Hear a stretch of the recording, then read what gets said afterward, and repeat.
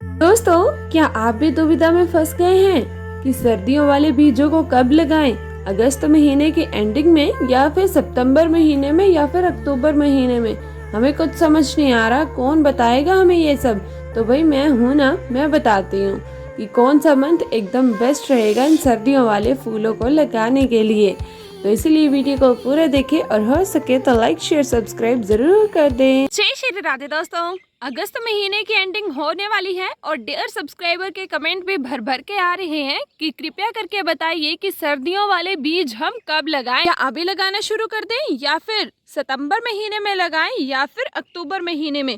कृपया करके हमें जल्दी से बताइए क्योंकि हम अपने गार्डन को फूलों से भरना चाहते हैं, वो भी सर्दियों के मौसम। तो मैंने सोचा क्यों ना अपने डियर सब्सक्राइबर का आज यही डाउट क्लियर किया जाए कि कौन सा मंथ सबसे ज्यादा बेस्ट है विंटर फ्लावर सीड्स को लगाने के लिए। तो जैसा कि आज है अगस्त महीने की 29 तारीख और आज हमारे यहाँ पे जोरदार बारिश हुई है और आज ही मैंने सीड्स भी लगाए थे और उनमें भी बारिश का पानी गिर चुका है क्योंकि जैसे ही मैंने उनको लगाया और वैसे ही बारिश शुरू हो गई और मुझे समय ही नहीं लगा उनको छत के नीचे रखने का। तो इसीलिए मेरी आप सबसे गुजारिश है कि अभी तक आप विंटर फ्लावर सीड्स ना लगाएं क्योंकि अगर हमसे थोड़ी सी भी भूल चूक हुई और वो बारिश के पेटे में आ गए, मतलब बारिश अगर उन पे गिर गई ना, तो सारा हमारा काम तमाम यहीं पर हो जाएगा और हमारे सीड्स यहीं पर मर जाएंगे क्योंकि हमारे जो सीड्स होते हैं वो काफी ज्यादा छोटे छोटे होते हैं और उनको पनपने के लिए स्टेबल मिट्टी की आवश्यकता होती है। बट जैसे ही बारिश की बूंदाबांदी उन पे हो जाती है सारे सीड्स डिस्टर्ब हो जाते हैं, बारिश की बूंदों की वजह से बाहर भी निकल जाते हैं।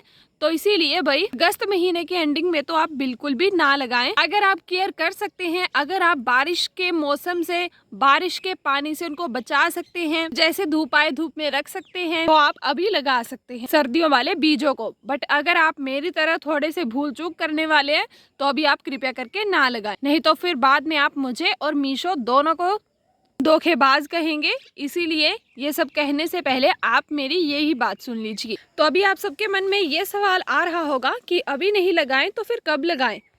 ऐसे तो हमारी सर्दियां भी शुरू हो जाएंगी और हमारे सीड्स भी अच्छे से ग्रो नहीं हो पाएंगे। तो दोस्तों एकदम सही समय की बात करें सर्दियों वाले बीजों को लगाने की, तो वो है सितंबर महीने का जो एंड वाला वीक होता है, मतलब सप्ताह होता है, वहां से लेकर आप अक्टूबर महीने के मिड वीक तक उनको लगा सकते हैं क्योंकि सितंबर महीने की एंडिंग आते आते तक बारिशें जो होती हैं वो बंद हो जाती हैं और मौसम भी एकदम बढ़िया वाला हो जाता है जिससे हमारे बीज बहुत अच्छे से जर्मिनेट होके पौधे का रूप लेके हमारे गार्डन को सुंदर बनाने के लिए तैयार हो जाते हैं। बट मुझे पता है कि मेरे डियर सब्सक्राइबर ने जब से रिजल्ट देखा है मीशो फ्लावर सीड्स का, उनसे सब्र नहीं हो पाएगा।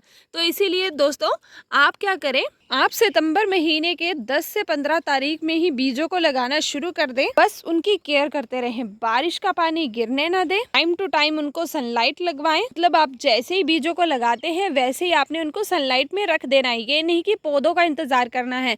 अगर सनलाइट में नहीं रखोगे तो पौधे आपके तैयार ही नहीं हो पाएंगे, अगर होंगे भी तो वो एकदम कमजोर से होंगे जो कि कुछ ही दिनों में फिर मर भी जाएंगे। और बीज तो मैंने आप सबको बता ही दिए हैं कौन कौन से अभी आप लगा सकते हैं। कुछ आधे जो बीज रह गए थे बताने को वो मैं अभी आपको बता देती हूँ।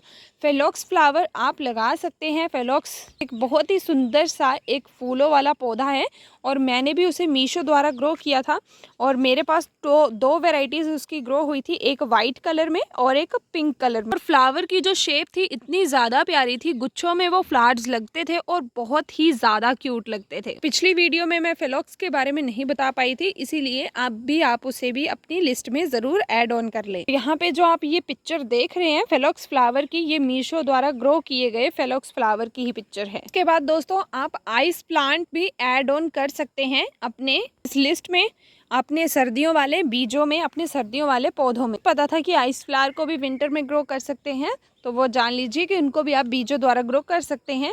और ये जो भी आप पिक्चर देख रहे हैं ये भी मीशो द्वारा ग्रो किए गए आइस फ्लावर की है। और उसके बाद दोस्तों ये जो आप गोले गोले वाला फूल देख रहे हैं ये है घुमफेरना का और ये भी आप सर्दियों में ग्रो कर सकते हैं। सर्दियों में भी इसके ये फूल खिलते हैं, मैंने सर्दियों में ही इसे लगाया था और तब से ये लगा अभी तक फ्लावरिंग कर रहा है। इसके बीजों से भी ये ग्रो हो जाता है, कटिंग से भी ये ग्रो हो जाता है और बहुत ही सुंदर सा लुक ये क्रिएट करता है। एकदम हार्डी बॉल टाइप होती है इसकी, जो कि आपके गार्डन को यूनिक बनाने में अपना पूरा योगदान देती हैं। इस पौधे को भी, इस फूल को भी अपने गार्डन में आप जरूर ऐड ऑन करें इन सर्दियों के मौसम में। और दोस्तों इसी के साथ साथ आप कुछ और भी वैरायटीज ऐड कर सकते हैं इन सर्दियों के मौसम में। जैसे कि अगर आपके पास ये वाला पौधा है, इस पौधे का नाम है क्लांचे प्लांट। ये भाई पूरा साल हरा भरा रहता है, पर इसका जो सुंदर सा नज़ारा है ना, वो आपको सिर्फ सर्दियों में ही देखने को मिलेगा। इसीलिए आप भी इसे ग्रो कर सकते हैं इन सर्दियों के मौसम में। और अभी आप इसे मल्टीप्लाई भी कर सकते हैं, मतलब इसकी क्वांटिटी को बढ़ा सकते हैं। कैसे? वो आप इनकी ढेर सारी कटिंग्स को लगा के, मैंने तो इसे बहुत ज़्यादा मात्रा में बढ़ा लिया है, मतलब बहुत सारी इसकी कटिंग ग्रो कर ली है। और इस बार इन सर्दियों में तो मैं इसका फुल नज़ारा लेने वाली हूँ, क्योंकि इसके भी फूल बहुत सुंदर तरीके से खिलते हैं। रेड कलर के फ्लावर्स होते हैं और देखने में इतने ज़्यादा प्यारे लगते हैं कि नज़रें ही नहीं हटती हैं इससे। और इसकी कटिंग भी एकदम इजी टू ग्रो तरीके से लग जाती है। मैंने कई बार लगाई है और उसकी वीडियो भी बनाई है। और आज तो मैंने सोन पापड़ी वाले जो डिब्बे में लगाई थी इनकी कटिंग्स, वो भी आप सबके साथ शेयर की है। पूरे 9 दिनों में ही इनकी रूट्स निकल आई हैं।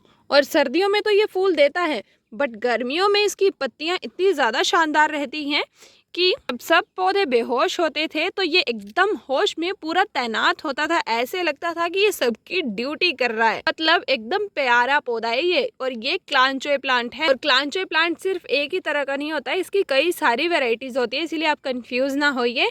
अगर आपको ये नर्सरी से मिलता है या फिर किसी के घर से मिलता है तो ज़रूर इसकी कटिंग लेकर आप ज़रूर लगाएं और इसे भी अपने गार्डन में ज़रूर ऐड ऑन करें। और दोस्तों एक पौधा तो आपको बताना रह ही गया था, वो है साल्विया का। साल्विया का जो पौधा है जो मैंने मीशो से ग्रो किया था, वो मैंने 5.5 इंच के पॉट में लगाया था। और मान सकते हो आप, वो पौधा इतना ज़्यादा बड़ा हो गया था, इतना ज़्यादा। और उसका फूल जब खिला ना, पिंकिश कलर में खिला, इतना ज़्यादा प्यारा। मतलब एक ही डंडी, सिंगल डंडी थी वो, मतलब एक सिंगल स्टेम थी वो। और उसके ऊपर इस तरीके से फूल खिले थे। यहाँ पे पिक्चर लगा देती हूँ, अगर मेरे पास होगी तो लगा देती हूँ यहाँ पे, अगर है तो देख लो भाई।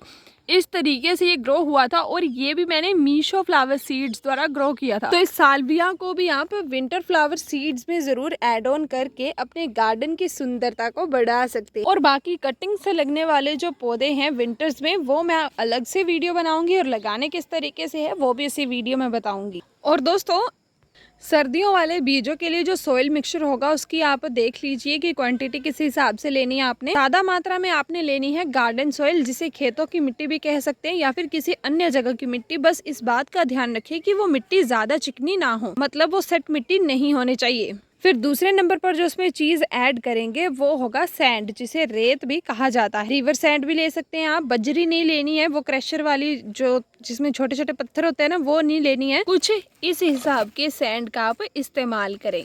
ये डालने के बाद आपने फिर ऐड ऑन करना है वर्मी कंपोस्ट। अगर वो नहीं है तो गोबर के उपले तो होंगे ही, उनका इस्तेमाल कर लीजिए, क्योंकि गोबर के उपले भी एकदम सफिशिएंट है आपके पौधे के, आपके बीजों को पौधे बनाने के लिए। बस इन तीनों चीज़ों को अच्छे से मिक्सअप कर लीजिए और आपका बढ़िया सॉइल मिक्सचर तैयार हो जाएगा। फिर आप इन बीजों को लगा दीजिए और उसके बाद आपकी केयर ये आएगी कि आपने सिंपली क्या करना है, तो बारिश से बचाना है। और बीजों को लगाते समय इस बात का ध्यान रखें कि हमेशा छोटे कंटेनर का इस्तेमाल करना है, बड़े नहीं। बड़े में लगाओगे मॉइस्चर ज़्यादा क्रिएट होगा और बीज मर जाएगा। सो आई होप आप सबके सारे के सारे डाउट्स क्लियर हो गए होंगे कि कौन सा बीज कब लगाना है और कौन सा टाइम एकदम बेस्ट है सर्दियों के बीजों के लिए। तो इसीलिए बिना चिंता किए अब आराम से बीजों को लगाइए और आराम से अपनी गार्डनिंग को एंजॉय कीजिए। आई विश आप सबके सीड्स काफ़ी अच्छे से ग्रो होके आपके गार्डन को सुंदर बनाएं। तो इसी के साथ मिलेंगे आप सबको फिर नेक्स्ट वीडियो में। तब तक जय श्री राधे, जय श्री राम। और अभी भी कोई डाउट अगर आपके मन में रह गया है तो ज़रूर कमेंट करें, ताकि आपकी समस्या का समाधान निकल पाए और आपका गार्डन भी सुंदर बन पाए। तो इसी के साथ जय श्री राधे, जय श्री राम। मिलेंगे फिर नेक्स्ट वीडियो में।